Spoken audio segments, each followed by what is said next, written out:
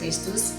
Pada malam hari ini kita akan merenungkan firman Tuhan dari Markus pasal 14 ayat 10. Markus pasal 14 ayat ke-10.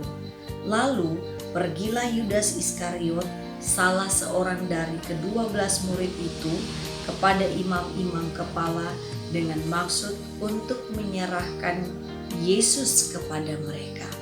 Bapak Ibu saudara-saudara, malam hari ini renungan kita adalah tentang motivasi Yudas.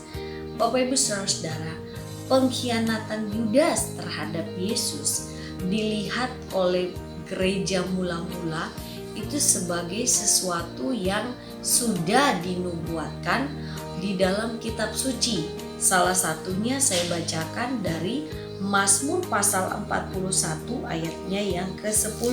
Mazmur 41 ayat ke-10. Bahkan sahabat karibku yang kupercayai, yang makan rotiku, telah mengangkat tumitnya terhadap aku.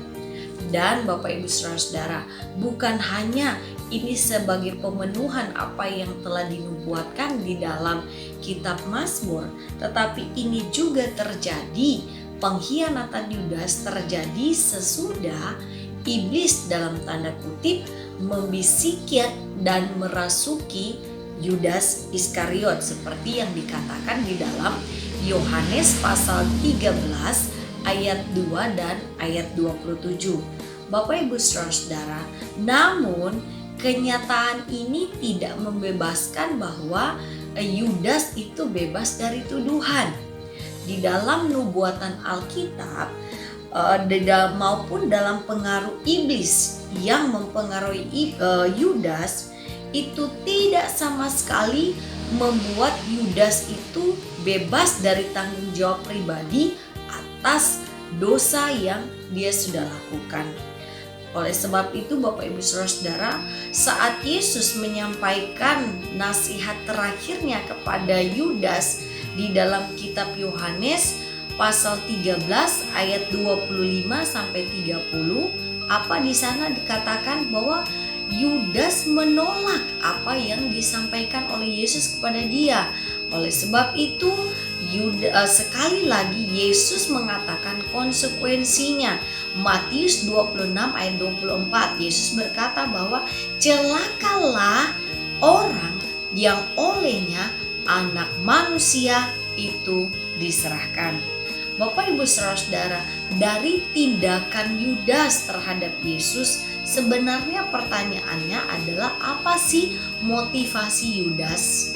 Nah, Bapak Ibu saudara-saudara, para penulis Injil memfokuskan bahwa motivasi daripada Yudas melakukan tindakan yang sudah saya sampaikan sebelumnya itu adalah karena cintanya Yudas akan uang. Yohanes mengatakan kepada kita bahwa Yudas ini sebagai bendahara di dalam kelompok para rasul, dan Yudas suka sekali mengambil uang dari kas bersama, sehingga itu tidak akan mengherankan ketika Yudas protes kepada Maria. Karena menurut dia Maria itu sudah melakukan pemborosan.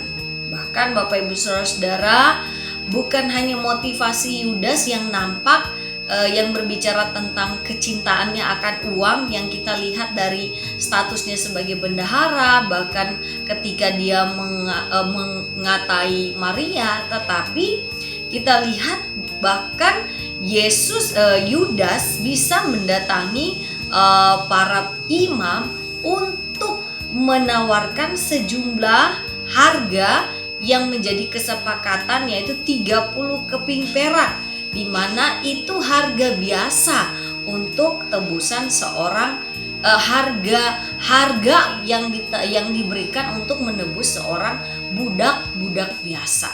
Nah, Yudas motivasinya atau keinginannya, cintanya akan uang begitu menguasai dia, sehingga hal-hal seperti ini sanggup dilakukan oleh Yudas. Bapak Ibu saudara-saudara, di dalam kitab Injil kita lihat bahwa memang Yudas dinyatakan sekali lagi bahwa kecintaan dia akan uang membuat dia rela melakukan segala sesuatu.